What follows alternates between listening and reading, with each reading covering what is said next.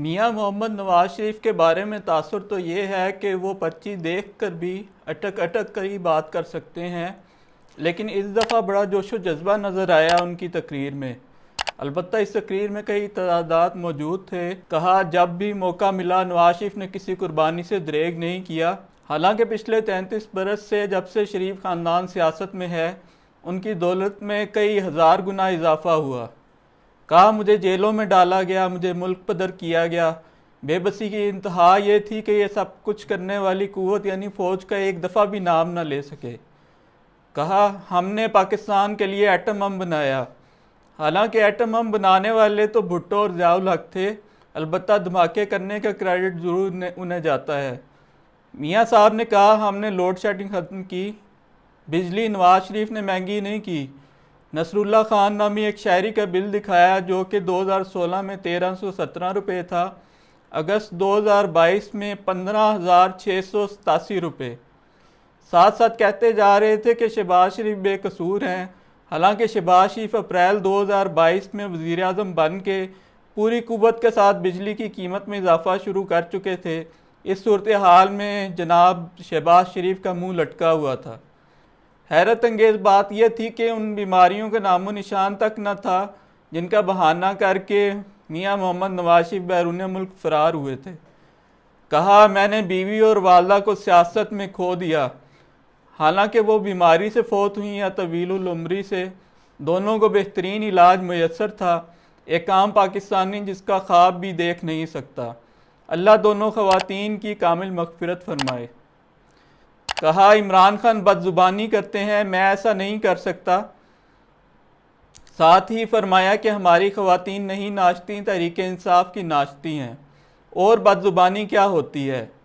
एटमी धमाकों के ज़िमन में कहा, मैं रिश्वत लेने वाला होता तो 1-2 अरब डॉलर मुझे भी दे देते एटमी धमाके ना करने के। इस पर हम मियाँ साहब के गम में बराबर के शरीक हैं। कहा, मेरे ज़माने में रोटी 4 रुपए की थी, आज कितने की है? शहबाज शरीफ की पोजीशन इस मौके पर बड़ी नाजुक थी क्योंकि उनके 18 माह बीच में शामिल थे। आखिरी हुकूमत तो उन्हीं की थी। छोटे मियाँ साहब ज़बरदस्ती मुस्कुराने की कोशिश कर रहे थे। कहा, बेटे से तनख्वाह न लेने पर फारिग किया गया। ये बात दुरुस्त है कि टेक्निकल इशू पर उन्हें तख्त से उतारा गया, अलबत्ता जेल उन्हें बदउनवानी के मुकदमे ही में हुई थी। मियाँ साहब की बेबसी का आलम यह था कि फ़ौज का नाम नहीं ले सकते थे। बातें बेटी से कर रहे थे और सुना बहू को रहे थे। कहा, नवाज शरीफ की हुकूमत अगर 90 से अब तक चल रही होती तो पाकिस्तान में आज एक भी शख्स बेरोज़गार ना होता। उनकी इस बात पर आसमान की तरफ मुंह करके कहा ही लगाया जा सकता है। कहा, मेरे दौर में चीनी 50 रुपये की थी।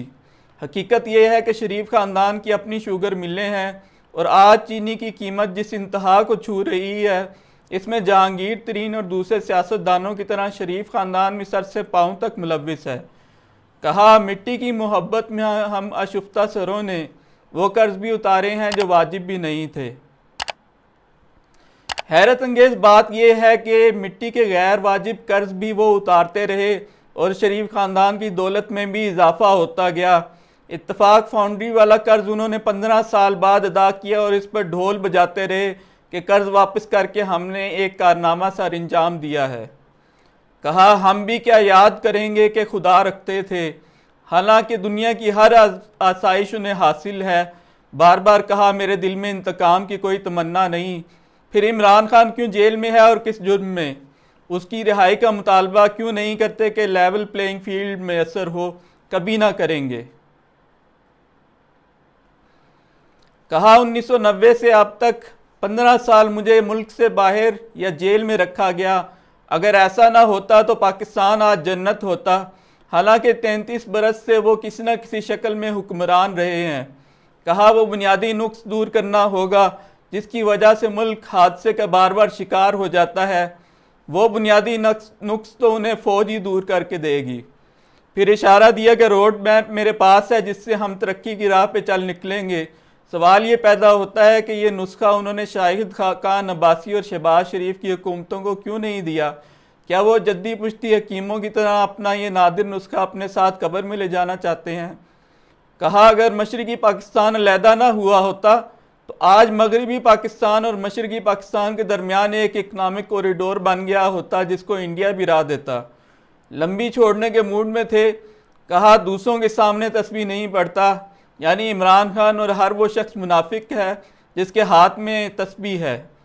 मियाँ मोहम्मद नवाज शरीफ किसी और की ज़हनी कैफियत में थे, एक मुकम्मल ताकतवर वज़ीर आज़म बनने का ख्वाब देख रहे थे।